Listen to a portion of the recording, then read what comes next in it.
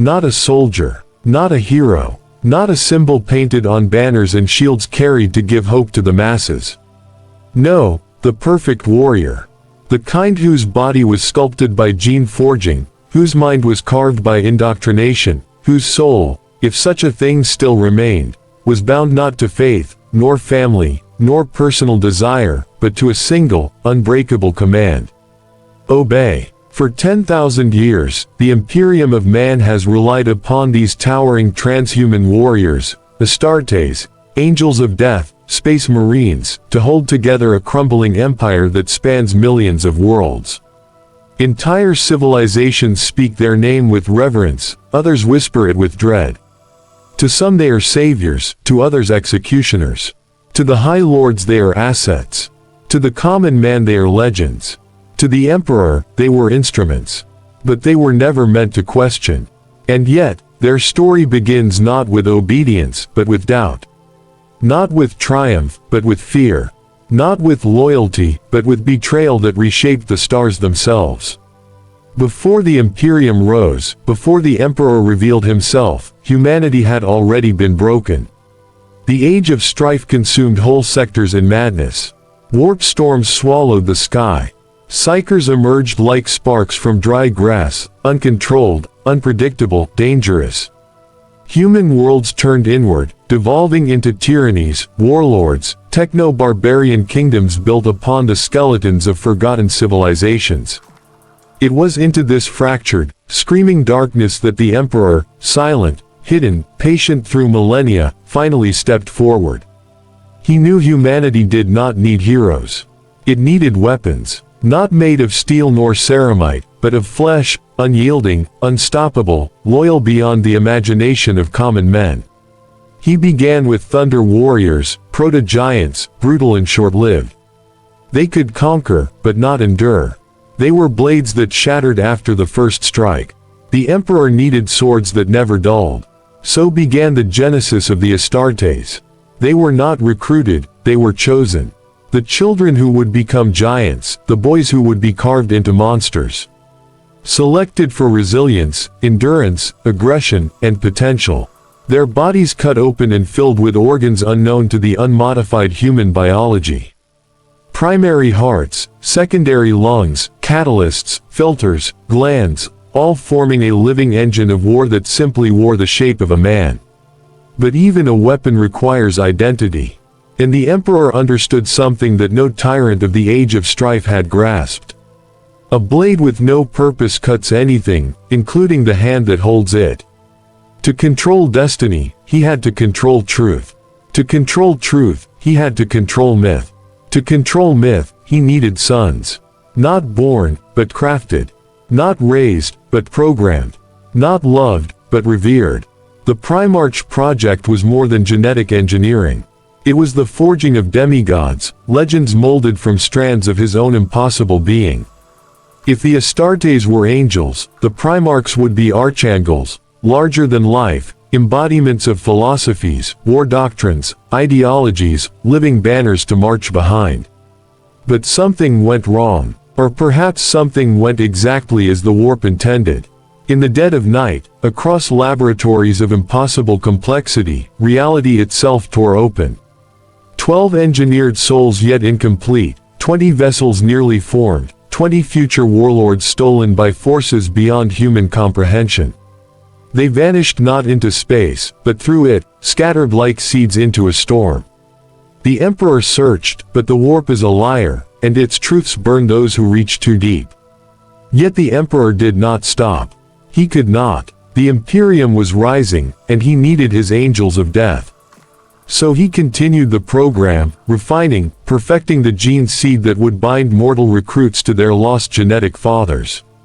Each legion was born with a hole at its center, a missing king whose crown waited across the stars. When the emperor marched, they followed. When the emperor spoke, they believed. When the emperor conquered, they killed. Terra united. Luna taken. Mars bargained with. The Great Crusade ignited. A campaign not merely of conquest, but reclamation of a species scattered across the galaxy like ash over water. They brought compliance to 1,000 worlds, by diplomacy when welcomed, by annihilation when resisted. Humanity remembered its forgotten empire. Humanity remembered fear. Humanity remembered obedience. But without fathers, the legions were incomplete. They were warriors without identity, armies without soul, efficient, loyal, terrifying, but hollow in the way only engineered life can be hollow. The Emperor knew this. The Primarchs were not luxuries, they were necessities. Myth is not optional. Myth is fuel. So the search continued, and the galaxy answered. One by one, the lost sons were found. Some on worlds that shaped them into philosophers, kings, or generals. Others in places that scarred them into nightmares. Each reunion was heralded as destiny fulfilled, prophecy realized, though prophecy in the Imperium is always declared after the fact. A legion without a Primarch could conquer worlds. A legion with a Primarch could conquer history. And this is where the true story of the Space Marine Legions begins, not with their creation, but with their reunion.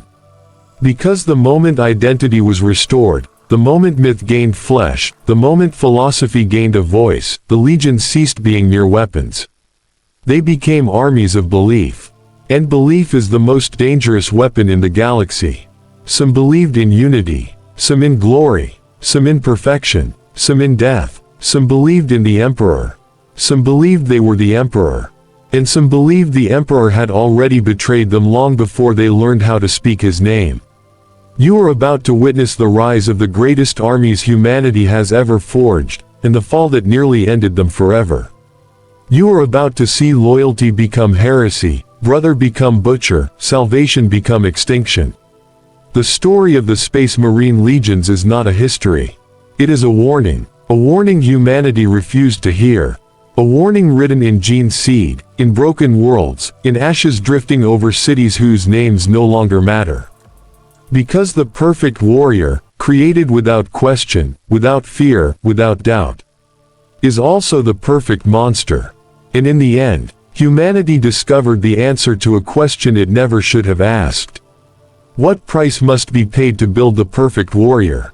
That question, unspoken, suppressed, buried so deeply it might as well have been carved into their engineered bones, echoed across the stars long before any space marine learned to voice it. Because destiny was not a concept in the Imperium, destiny was a command. And when the Emperor declared his intentions for the galaxy, few dared imagine that the greatest threat to that destiny would come not from alien horrors or warp-born nightmares, but from the very suns designed to secure it. But before betrayal, there was reunion. And those reunions reshaped the galaxy. The first Primarch discovered did not just inspire his legion, he validated their existence. These genetically engineered giants, who once fought as efficient, silent machines, suddenly had breath to their myth. They had lineage, purpose. They had a face to mirror their design. Each reunion was celebrated not as luck but inevitability. The universe itself seemed to align behind the Emperor's will. Worlds bowed, armies swore fealty, and the legend of mankind's unstoppable rise became fuel for every soldier, every citizen, every obedient mind clinging to hope in a galaxy built on fear. As each legion found its gene father, something changed, subtly at first, then catastrophically. Because the Primarchs were not identical instruments in a perfect machine. They were philosophies in the shape of men.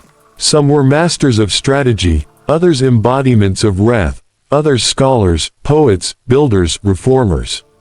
They were shaped by the worlds that raised them, just as much as they were shaped by the Emperor's genius.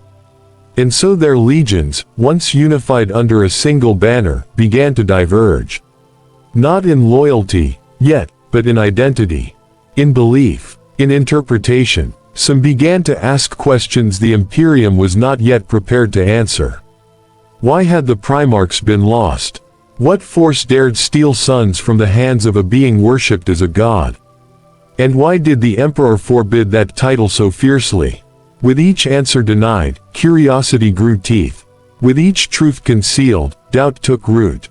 Unseen, unheard, the Imperium shifted, not from rebellion, but from inevitability. Because power does not fracture all at once. It cracks first. Hairline fractures too subtle for the untrained eye. And those fractures form long before the collapse. Now here's where your reward for staying to the end of this journey becomes real. Because by the final conclusion of this video, you will understand something most never realize. That the rise and fall of the Space Marine legions was not the result of betrayal alone. Not the result of corruption or blind loyalty or even unimaginable pride. No, the truth is far more devastating. You will understand the single thread that connects every triumph and every tragedy, and once you see it, you won't be able to unsee it. The Emperor did not simply build warriors. He built symbols. He built gods. And none of them agreed on what they were meant to save. But that realization would come later, in fire, in screams, in the fall of brother against brother. For now, the Imperium celebrated, unaware of the storm already forming behind their triumph. The lost sons were coming home. And with each return, the galaxy held its breath. That question became the unspoken truth behind every legion as the Primarchs were rediscovered, because the Emperor had crafted them as archetypes, shaped with precision and purpose, but the warp had delivered them into chaos. Each Primarch landed on a different world, a different culture, ideology, atmosphere, cruelty, or hope, and those worlds sculpted them in ways no genetic design ever accounted for. Some landed on enlightened civilizations where knowledge was preserved like sacred flame. Others were cast into barbaric wastelands where war was oxygen and mercy was death. One raised by kings, another by wolves, another by machines, another by horrors no human tongue could accurately describe. They were meant to be united by blood, yet they were divided by experience, 20 destinies shaped by planets that did not care who they were born to be. The Emperor found them, one after another, and as each son stood before him, something unspoken passed between Creator and creation. Some embraced him with reverence. Some questioned him with caution. And others looked upon the Emperor, the most powerful being humanity had ever known, and saw not father, not savior, but tyrant. Yet the Imperium cheered, blind to the nuance written on every reunion. The propaganda declared unity. The administratum recorded triumph. The citizens celebrated deliverance. History, as always, removed everything complicated. But the legions themselves changed immediately. With a Primarch returned, a legion transformed. Combat doctrine became culture. Strategy became personality. Philosophy became identity. And identity, once ignited, spreads faster than any flame. Some legions became unstoppable engines of conquest, burning across sectors with mechanical precision. Others became architects of compliance, turning hostile worlds into loyal pillars of the Imperium. Some sought knowledge beyond mortal caution, others worshipped discipline so cold and perfect it resembled marble carved into human form. The Emperor saw this divergence as evolution. The galaxy saw it as strength. But the warp saw something else entirely. It saw opportunity. Because for the first time, the Imperium wasn't fielding 20 legions of identical soldiers. It was fielding 20 armies with different ideals, different loyalties, different moralities. The Astartes marched under the same banner, wore the same eagle, carried the same authority, but they no longer believed the same thing when they chanted the Emperor's name. Some believed they were tools. Some believed they were saviors. Some believed they were rulers in waiting. Some believed their father, not Terra, was the true source of their destiny. Belief is powerful. Conflicting belief is explosive. And deep within the Imperium, where thoughts echo louder than screams, the warp listened. The Imperium grew stronger than any empire before it, but with each victory, a subtle thread stretched thinner. Because unity enforced by conquest is not unity, it is pressure. And pressure always seeks release. For now, the Emperor saw only momentum. The Primarchs saw purpose. The legions saw destiny. The warp saw a future soaked in fire.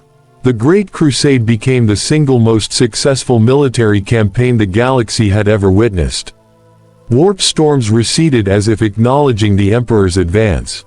World after world fell into compliance, some welcomed with alliance, others crushed beneath orbital bombardment.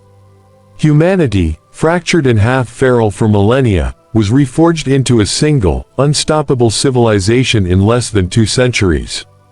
But victories on that scale do something dangerous.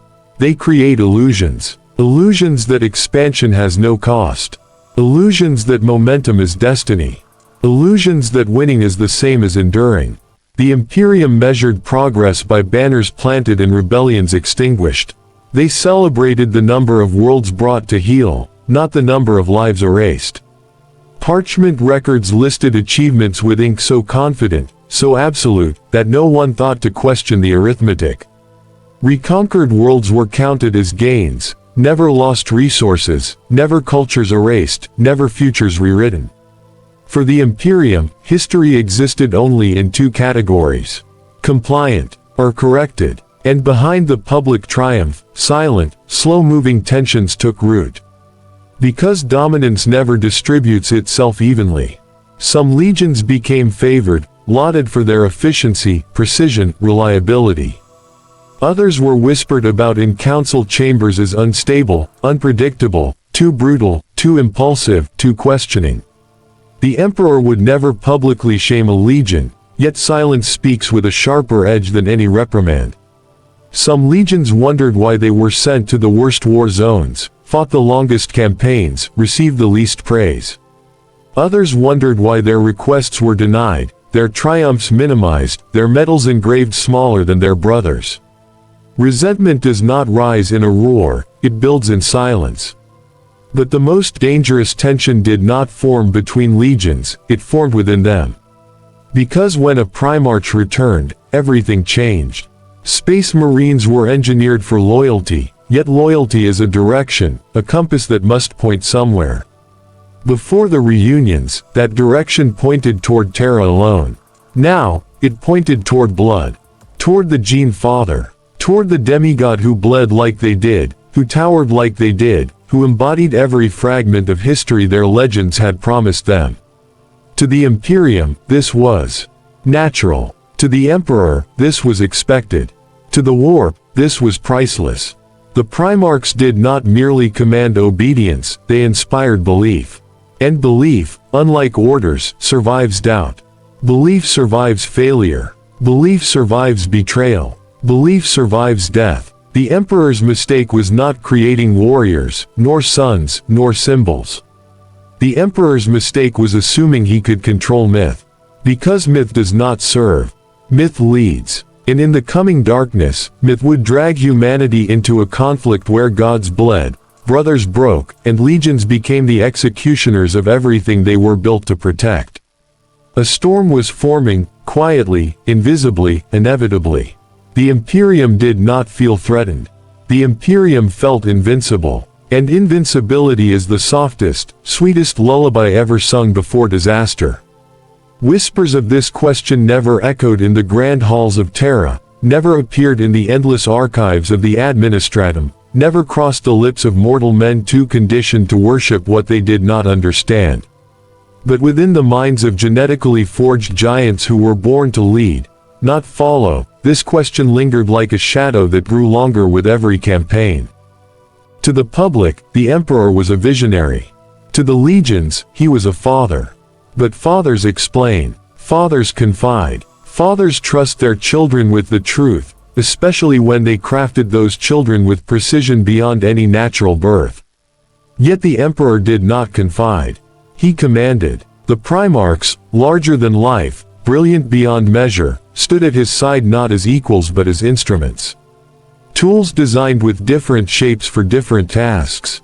Philosophers forged for diplomacy, berserkers forged for terror, architects forged for empire.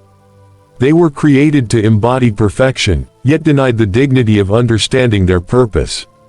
And where ignorance grows, interpretation blooms. One son believed he was meant to rule worlds. One believed he was meant to break them. One believed humanity must be enlightened. Another believed humanity must be controlled. Several believed their father was a god. Some believed he feared that possibility. At least one believed the Emperor feared him most of all. The Emperor's greatest triumph was unity. His greatest flaw was secrecy. Because in the absence of truth, speculation becomes scripture. The legions built cultures around fragments of knowledge. They built faiths around silence. They built identities around assumptions. And the galaxy, scarred by millennia of chaos, was a fertile ground for misunderstanding. But the warp does not misunderstand. The warp consumes. It does not listen to words, it listens to emotion. Fear tastes like copper. Rage tastes like flame. Doubt tastes like ink bleeding through old parchment, slow, spreading, irreversible. The warp devours the unspoken far more eagerly than the confessed. And now the Imperium feasted. Because for the first time, the greatest weapons ever created began to wonder if they truly understood the war they were fighting. The Emperor promised illumination after victory, knowledge after conquest, truth after compliance. But the galaxy had taught the Primarchs something else. No empire seeks truth after it has power. It protects the truth it declares. It buries the truth it fears. And it destroys the truth it cannot control. A storm of silence built upon a foundation of triumph. A question unanswered, multiplying into doubt. A destiny inherited, but never explained. The galaxy believed the Imperium was expanding. The warp understood the Imperium was dividing. Reunited suns marched forward, but unity without transparency is not unity. It is choreography. It performs beautifully, until the music stops. The music was about to stop. And when it did, the galaxy would remember that the perfect warrior is still human enough to feel betrayed. A legion does not march into battle carrying only weapons. It carries stories, banners of reputation more feared than their bolters and blades. Soon, the legions were not merely recognized, they were anticipated. Worlds surrendered at the sight of certain colors. Enemies fought to the death when specific heraldry touched the soil. Rumors spread faster than troop transports. Legends outpaced fleets. And legends, once unleashed, become chains. For some legions, reputation was armor, their glory so blinding it discouraged rebellion before the first shot was fired. For others, reputation was a curse, prejudice written in advance, verdict delivered before evidence, fear becoming prophecy. The galaxy, vast and savage, began responding not to the Imperium, but to the identities of its legions. One legion arrived, and worlds complied with celebration. Another arrived, and those same worlds burned themselves rather than surrender. Another, believed cursed, received no ambassadors, only gunfire. The Imperium pretended this was order. In truth, this was fragmentation. Each legion believed their method was the correct one. Each Primarch believed the Emperor's silence was approval. And when victories stack high, even the obedient begin to think independence is simply authorization that has not yet been spoken aloud. But the most dangerous shift was this. The legions stopped merely executing the Emperor's dream. They began interpreting it, and 20 interpretations of destiny cannot coexist forever. This subtle divergence, this quiet bloom of identity, grew through every campaign, every battle report, every recorded triumph. In the public eye, the Imperium reached golden heights. In the hidden spaces between victories, disagreement began to fossilize into belief. Some legions judged their brothers. Others envied them. Some feared the Primarchs more than the Emperor himself. And the Emperor, burdened by a plan far greater than conquest, a plan too staggering for even his sons to comprehend, turned his gaze away from the front lines and toward Terra. The moment he did, the fabric began to tear. Because absence is louder than any command. Legions that once received direct oversight now received silence. Brothers who once stood shoulder to shoulder now stood oceans apart. Alive, victorious, respected, but uncertain. The galaxy cheered the Imperium's rise. The Primarchs questioned its direction. The warp tasted uncertainty, and deemed it ripe. The fracture was coming, not as a scream, but as a whisper rooted in pride, purpose, silence, and the corrosive hunger of the Imperium. The legions did not yet know it, but history wasn't about to remember them as conquerors. It would remember them as warnings. For decades, the Imperium's thunder echoed across the stars, an unstoppable march led by a being who never faltered, never aged, never revealed uncertainty. The Emperor was not simply a ruler, he was presence. He was the constant gravitational center, every legion, every Primarch, every soldier tethered to his vision by proximity as much as ideology. Then, without warning, he withdrew. No grand speech, no council of explanation, no farewell to the legions he had crafted from boyhood into legend. One day he commanded worlds, the next, he was gone from the front. Returned to Terra. Behind walls of silence, machinery, secrecy, and intention no one was permitted to question. A single announcement was issued, cold, administrative, hollow. The Primarchs would now lead the Great Crusade in his stead. To the galaxy, this was transition. To the legions, it was abandonment. To the Primarchs, it was confusion sharpened into suspicion. Because the Emperor hadn't just left the battlefield, he had taken the truth with him. What project demanded the focus of the most powerful psychic mind in human history? What work mattered more than the unification of mankind? What vision required isolation from the very suns engineered to execute it? The Emperor offered no answers. And silence, to minds as sharp as the Primarchs, is not absence, it is judgment. Some saw his withdrawal as trust. Some saw it as betrayal. Some believed he had grown fearful of their increasing power. And at least one believed he was preparing to replace them. Conspiracy did not explode overnight. It fermented, deepened, darkened, like something aging in a sealed vault. And in the vacuum of leadership, something else occurred, quiet yet earth-shaking. The Primarchs began speaking for the Emperor. Policies reshaped, priorities shifted, agendas took form, not universal, but individual. Each Primarch interpreting the Emperor's silence as approval for their method. Chaos does not always enter through violence. Sometimes it walks through the unlocked door of assumption. The warp watched, with the patience of predators who feed not on flesh but on ideology. Because the greatest war in human history was no longer being forged in gunfire. It was being forged in interpretation. The legions believed they were marching toward the perfection of mankind. In truth, they were marching toward a schism written not in fire, yet, but in ideology, identity, ego, and the dangerous belief that silence means consent. History would remember what came next not as a misunderstanding, but as destiny. Not because it was unavoidable, but because no one stepped forward to stop it. The Emperor was gone. The Primarchs led. The galaxy continued to burn. But beneath the victories, beneath the banners, beneath the cheering worlds, the first hairline cracks were widening. Soon, the sons would begin to ask, if the Emperor truly trusted us, why did he leave? And if he doesn't, why should we trust him? The Imperium called it progress. The warp called it preparation. And only hindsight calls it tragedy. The question was not theoretical. It was inevitable. Because when loyalty is blind, silence becomes dangerous. When faith is absolute, absence becomes suspicion.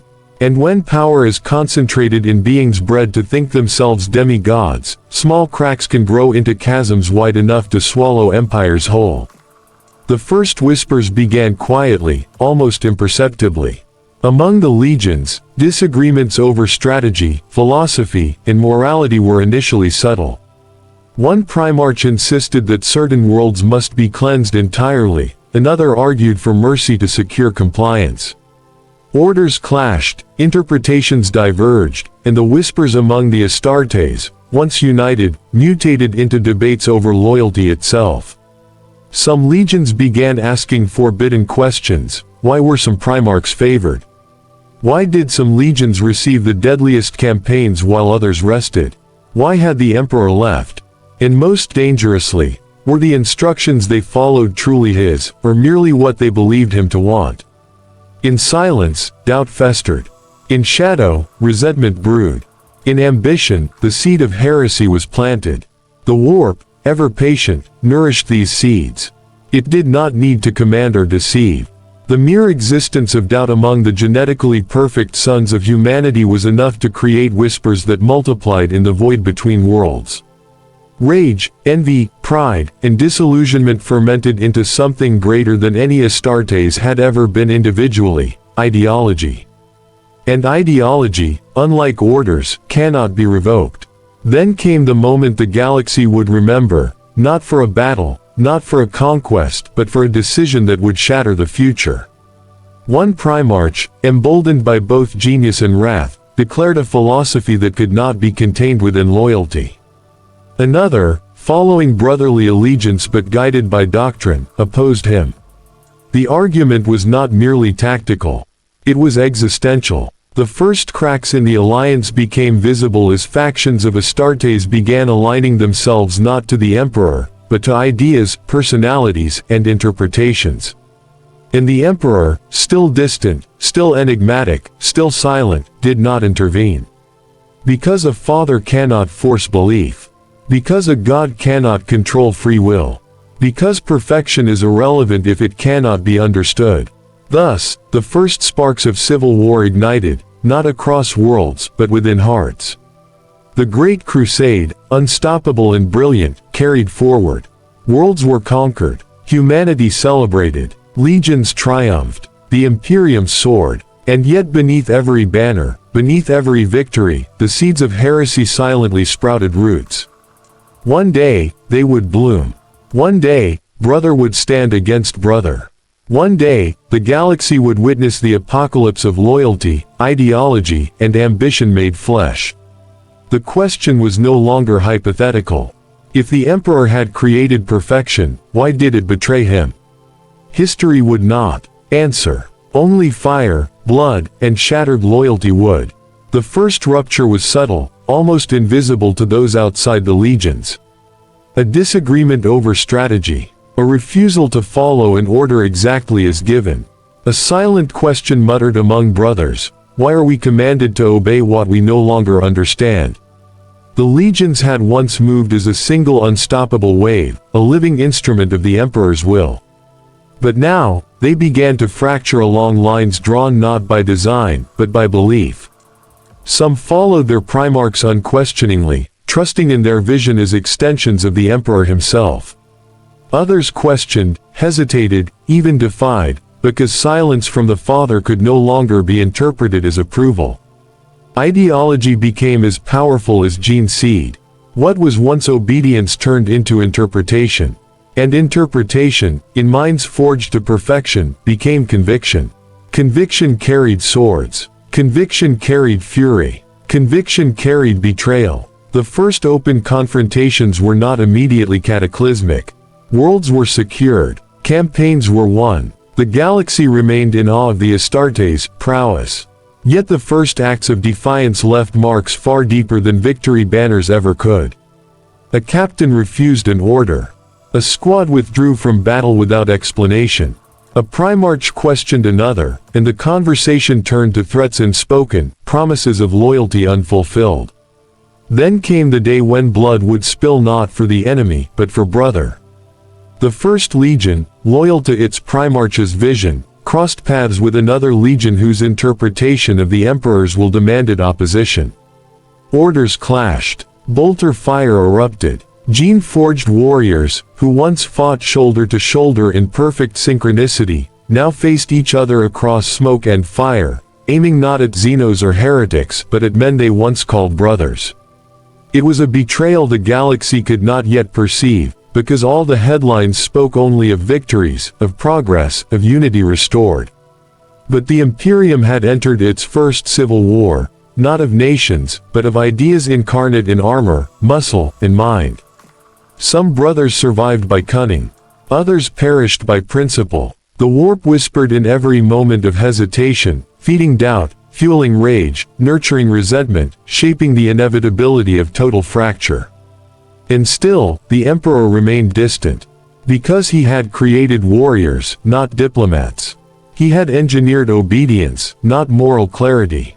And he had underestimated the power of belief untethered by explanation. The first battles between brothers were both quiet and catastrophic. Skirmishes escalated to campaigns. Minor clashes became sieges. Loyalty splintered. The idea of family, the bond between legions, began to seem like a myth as old as Terra itself. Every victory now carried a shadow. Every conquest left a wound. Every triumph whispered of betrayal to come. And yet, for all their divinity, their strength, and their glory, the legions could not foresee the full scope of the storm they were creating. The Imperium marched on, unaware that its greatest warriors were becoming the architects of its ruin. Because when brothers fight, the galaxy itself bleeds. The culmination of thousands of years of triumph, loyalty, and silent tension came not in whispers but in fire. The heresy, an event so catastrophic that it would scar the galaxy for millennia, was not sudden. It was inevitable. Every decision, every silence, every divergence in belief, every unanswered question had led here. The legions that were once united under a single banner now tore at one another. The Great Crusade, the triumph of humanity, became a theater of betrayal. Primarch against Primarch, legion against legion, brother against brother. Ideals clashed, philosophies burned, and weapons, forged for obedience, became instruments of slaughter. The warp, ever patient, watched its feast grow more sumptuous with each act of bloodshed and defiance. Worlds fell not to Xenos or heretics, but to the fury of those who had once sworn to protect them. Cities that had celebrated the arrival of the Emperor's sons now crumbled beneath their rage. Systems that had thrived under the unity of the Great Crusade became tombs and battlefields. Entire sectors remembered only one thing: that perfection built on secrecy, loyalty built on obedience, and power built on myth can all turn to ash in a heartbeat. Yet even in destruction, legends were born. Some Primarchs remained loyal to the Emperor, embodying the ideals for which their legions were forged. Others embraced the path of rebellion, convinced that the only way to achieve their vision of the galaxy was through defiance. The lines between hero and villain blurred. The universe no longer recognized simple morality. Angels of death became tyrants. Tyrants became martyrs. Every action, every choice, became a story whispered across time. And in the aftermath, the Imperium endured, but changed forever. The legions that survived were scattered, diminished, and mistrusted. Gene's seed was lost, knowledge shattered, and the Emperor himself retreated behind walls of machinery and silence, bearing the weight of a galaxy he had sought to unite, now fractured beyond repair. The story of the Space Marine Legions is not merely one of war. It is a story of creation and consequence, of loyalty and betrayal, of the dangerous power of belief, and of the terrible cost of perfection. It is a warning that even the strongest, the fastest, and the most loyal can fall when the foundation beneath them is silent, fractured, and uncertain. And so, the legacies of these superhuman sons of humanity endure, not only in triumph but in tragedy. Each banner, each chapter, each name is etched into the stars as a reminder: the greatest warriors are not defined by victory alone, but by the choices they make when the world they were meant to protect demands more than obedience, it demands truth.